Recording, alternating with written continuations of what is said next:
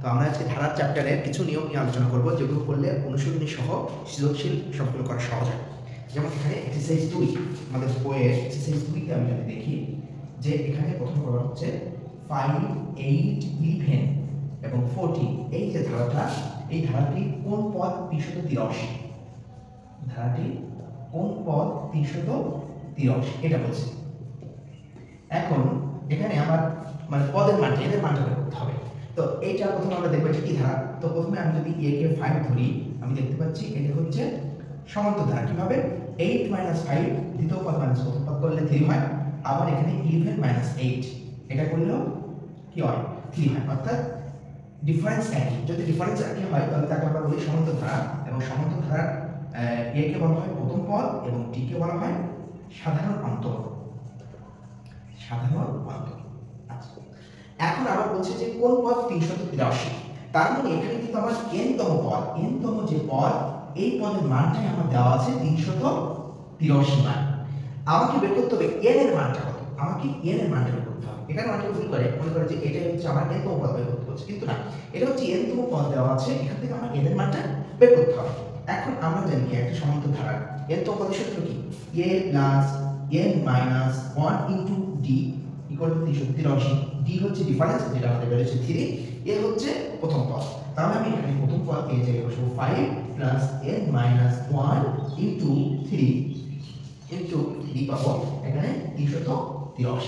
তো 383 পরে এখানে যদি আমরা গুণ করে দিই 5 + 3n - n = 383। 383 ওখানে যদি আমি এখানে আসি, তাহলে এখন আমার 3n - 3, দুঃখিত, এটা হচ্ছে 3n - 3 হবে। এটা গুণ করলে তো 3 হবে।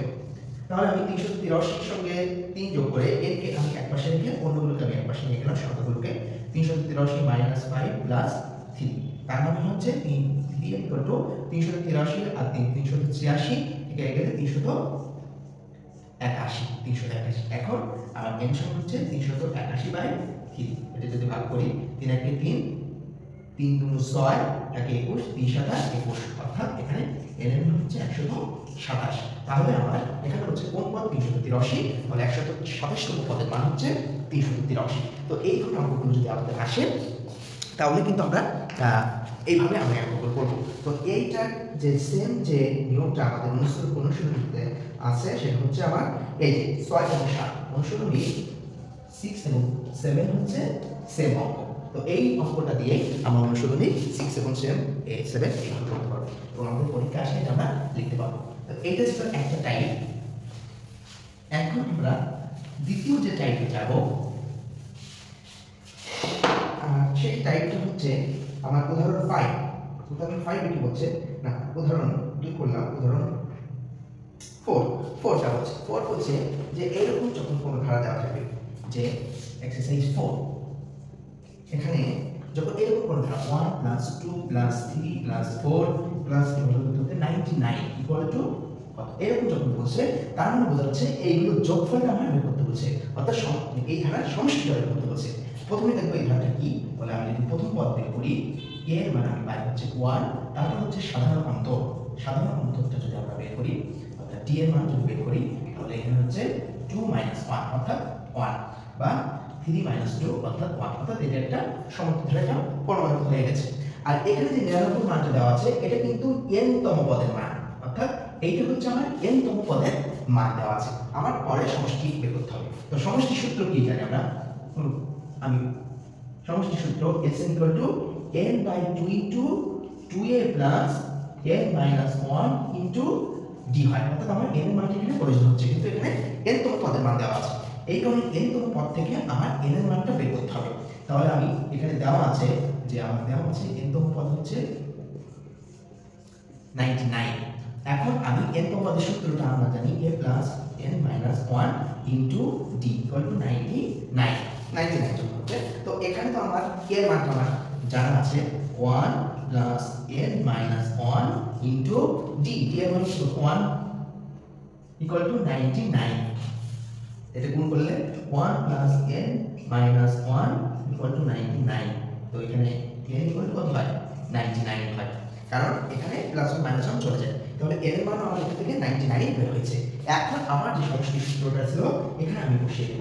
তাহলে 99/2 ইনটু 2a এর বলতে 1 প্লাস n এর বলতে আবার কি 99 মাইনাস 1 ইনটু d d বলতেও কি 1 বসিয়ে দেব। তাহলে 99/2 ইনটু এখানে থেকে 2 প্লাস 98 99 থেকে আমরা করলে 98 100 গুণ করলে একই হয় 99/2 ইনটু 100।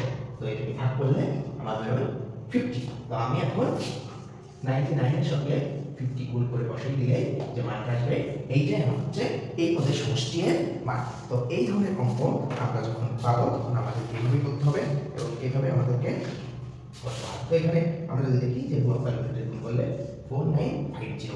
আর এই গুণের যে নিয়মটা আমি আমার বিভিন্ন ক্লাসে শিখেছি যে একই রকম থাকলে কিভাবে গুণ করতে হয়, কি করতে হয়, প্রথমে হচ্ছে এই দুটো লিখতে হয় 499 to 50। তাহলে এখানে হচ্ছে আমরা এটা হচ্ছে আমার মান। তো এইবার আমরা এভাবে আমরা অঙ্কগুলো করব।